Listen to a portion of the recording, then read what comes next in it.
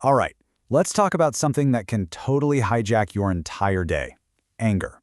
What if I told you that pretty much everything you know about controlling it is, well, wrong?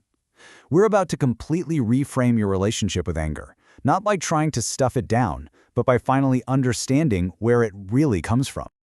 You've been there, right? I mean, we've all been there. Someone cuts you off in traffic, a coworker says something snarky, and your friend gives you that classic advice. Just, don't let it get to you. It's maybe the most frustrating advice on the planet because in that moment it feels completely and utterly impossible. Like you literally can't control it. So why is that? Why does it feel so automatic? And here's why that advice never, ever works. It's aiming at the wrong target. See, we think anger is an issue with our emotions, but it's not. It's actually a problem with our perception of control. To be specific, it's about an illusion of control we all carry around. Almost every single time you get angry, it's because somewhere deep down your brain is screaming that things shouldn't be happening this way. So let's really dive into that illusion. Where does anger actually come from? The answer is, it's a little counterintuitive. It has almost nothing to do with the person who annoyed you. The real trigger, the real source, is all happening inside your own head. Okay, this is the absolute key. You are not reacting to what's actually happening out there in the world. You're reacting to the gap between what you expected to happen and what really did. Anger is just the alarm bell that goes off when someone violates a rule in your own personal, internal rulebook. Okay, so if anger is basically our reaction to a broken internal script, you gotta ask, who wrote the script in the first place? Let's get into the neuroscience of this, because it turns out our brains are basically running a 24/7 simulation of the future, and anger is what happens when that simulation gets a big, fat error message. There's this incredible idea called predictive processing theory. And what it says is that your brain isn't just passively sitting there taking in the world. Nope, it's constantly actively building a simulation of reality, making little bets and guesses on what's going to happen next. And when reality suddenly doesn't match the simulation, someone's rude, they break a rule, your brain flags it as a glitch. Anger is just that primitive biological error report. And this slide, wow, it just lays it all out, doesn't it? On the left, you have objective reality. A person did a thing. Simple. But on the right, that's your brain's interpretation. System error, bug in the code, alert. And your brain deploys anger as this sort of blunt force tool to try and shove reality back into alignment with its original script. And here's where things get, well, a little personal. The theory here is that our most intense, explosive triggers often point directly to what are called our shadow traits. These are the parts of ourselves that we just don't like or maybe haven't even accepted yet. I mean, think about it. Does arrogance just drive you up a wall? Maybe it's because you secretly fear being ignored or seen as unimportant. So the big takeaway here is that the person triggering you isn't actually attacking you with a weapon, they're just holding up a mirror. Their behavior is simply reflecting something that's already rattling around inside of you. And once you really, truly get this, everything changes. You stop trying to fight the reflection in the mirror, and you start working on yourself. Okay, so we've diagnosed the problem. But what's the cure, right? It's one thing to understand the theory, but we need something practical to actually change how we react. So this next part is all about the how we can proactively build up an immunity to these emotional triggers. This is such a powerful idea. It's called affective immunization. And you can think of it just like a mental vaccination, seriously. By intentionally exposing yourself to small, manageable doses of things that bug you and choosing not to have that knee-jerk reaction, you are gradually teaching your brain that these things are not actual life-or-death threats. So what does this actually look like in real life? Okay, step 1, you encounter a trigger. The car in front of you is going too slow.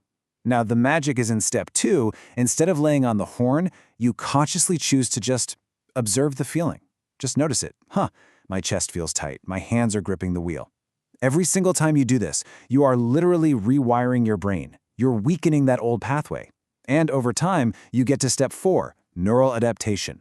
The slow car is still there, but it just doesn't have that emotional charge anymore. Building that immunity is fantastic for the long haul, but what about right now, in the heat of the moment when you feel that anger bubbling up? Well, there is an incredibly simple and shockingly effective technique you can use. It's called affect labeling. All you do is pause, and then, like you're some kind of detached scientist studying a specimen, you just label what's happening. You can even say it out loud. Okay, I am noticing a sensation of heat in my chest. I'm aware that my jaw is clenching. It seems my ego is feeling attacked right now. Just doing that simple act is unbelievably powerful because it actually shifts which part of your brain is running the show.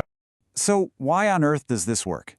Well, brain scan studies have shown that putting your feelings into words literally changes your brain activity. When you're first triggered, your amygdala, that's the primitive fight-or-flight part of your brain, it's in total control. It's like a panicked toddler at the steering wheel. But the second you start using language to label what you feel, you engage your neocortex, the rational thinking part of your brain. You're basically taking the keys from the toddler and handing them to the calm, collected adult.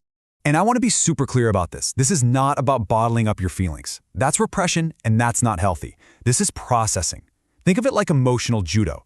You're not trying to block the force of the emotion head-on. You're skillfully using its own energy to redirect it into something much more manageable.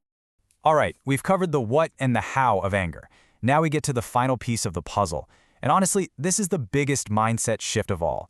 This is where we go from just using a technique to adopting a completely new way of seeing the world.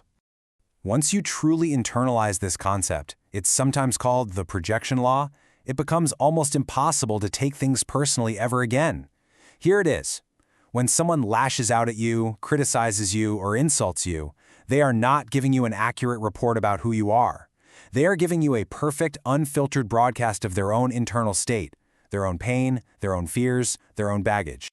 And this right here is the fundamental choice you have in every single interaction. The ego sees a threat. It wants to fight back, to argue, to prove it's right, to win. But the observer just takes a step back. It's not interested in winning, it's interested in understanding. It sees the other person's behavior not as a personal attack, but just as a piece of data. And this is what the world starts to look like from that higher perspective. You stop seeing jerks and enemies everywhere. You start seeing the pain that's driving their behavior. You start to see the deep insecurity behind a condescending attitude. And you start to see the profound confusion that lies at the heart of cruelty. This isn't about letting people off the hook. It's about seeing things with crystal clarity. So, in the end, this whole journey isn't about learning some new trick called being unbothered. It's an evolution. It's about doing the internal work to understand your own triggers and scripts so deeply that the old, reactive part of you just becomes obsolete. You literally outgrow it. And that really is the heart of it all. So much of our daily frustration comes from this impossible, futile attempt to control other people in the world around us. The real path to peace, the real path to power, is to shift that focus inward. Stop trying to control the world and instead master the way you interpret it. So, I'll leave you with this final question to think about. The next time you feel that flash of anger, just pause for a second and ask yourself this. Is my reaction really about this person in this moment?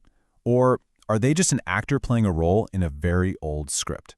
A script that was written by my own past a long, long time ago. The answer to that question, that's where your freedom begins.